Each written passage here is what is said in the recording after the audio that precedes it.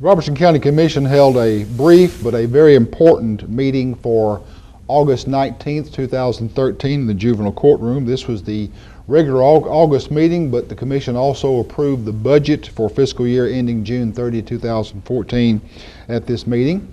Began the evening with the invocation by Pastor Doug Norfleet, who is pastor at both Woodland Street and New Chapel United Methodist Churches. We had a vacancy on the appeals board, and Mr. J.T. White, who had served very ably in that position for a number of years, was replaced by Mr. Andy Teasley as the new member of the appeals board.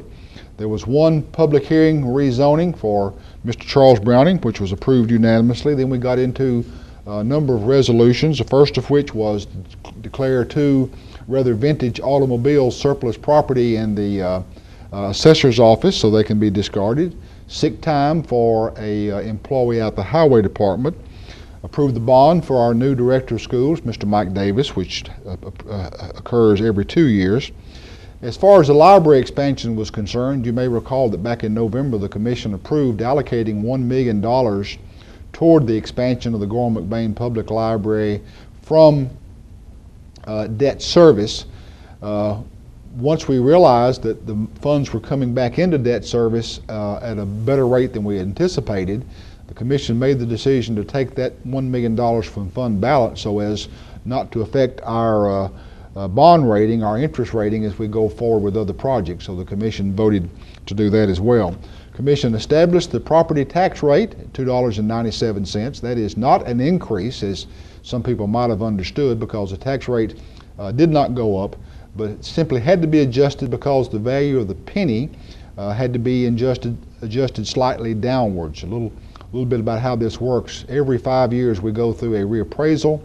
The reappraisal that we concluded in 2013 took the value of our penny from about $125,000 down to about $123,500 to reflect that many residential properties had actually decreased in value from the last time this was done in 2007.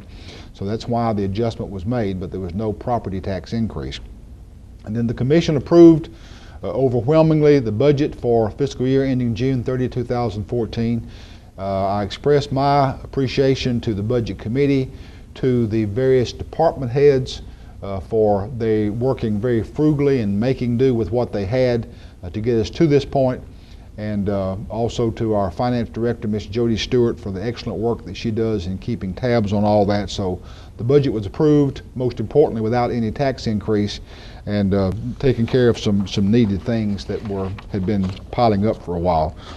The Commission also brought back off the table from July a resolution which has been brought to this body in one form or another for, I think now it's 5th time, and that was to approve architect fees for the development of the new Springville Elementary School. You may recall that a little over a year ago that the county purchased property across from Highland Crest College campus, about 19 acres, on which to construct a future elementary school. We didn't know then how soon that could be done.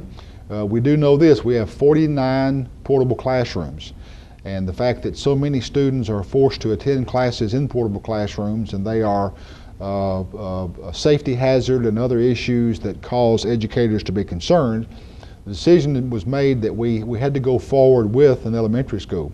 Those of you who have been here a long time may remember that the last elementary school built in Springfield was Cheatham Park. That was in 1952. And so we were long overdue for construction that would reflect some of the growth in the community.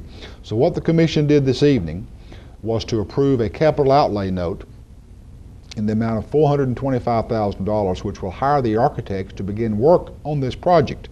In a sense, what they did was to approve this capital outlay note, or a bond anticipation note, which will basically mean they will only be paying the first year's interest on that, so that the project can be worked up, ready to go to the state fire marshal's office, and ready to put out to bid possibly a year from now.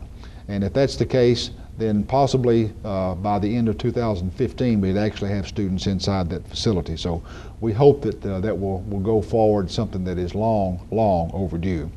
And then at the end of the meeting tonight, Commissioner McAfee, who represents the 6th District, told us of her intentions to resign because of her job and being relocated effective September 7th, 2013. So we wish Commissioner McAfee only good wishes as she goes forward with her career and much success. Reminded the Commission that we're coming up on Fair Week. In fact, the Fair Parade is Monday, August 26th at 5 o'clock. And then the fair will be going on all that week down to the 31st. And this is such a great tradition which goes back well in excess of 100 years. So we hope that you'll turn out and support all the activities going on at the Robertson County Fair. Also reminded them that on September the 10th at the courthouse on Main Street that we will take the final journey toward having a completed comprehensive growth plan. This is something we've been working on in one form or another since 2007, and now the work is done. It will be presented for the county, for Adams, for Coopertown, for Cross Plains, and hopefully by October, November time frame we'll be able to have that comp plan approved by the County Commission, something that this county needs desperately as we move forward as time goes by. So once again, an important milestone in the history of Robertson County. We appreciate you taking time to be a part of the County Commission's meeting for August. September begins a new year in terms of the Commission, and so we hope that you'll be back here on Cable TV 3 to join us for that. Join us here if you can. If not, we hope to see you here.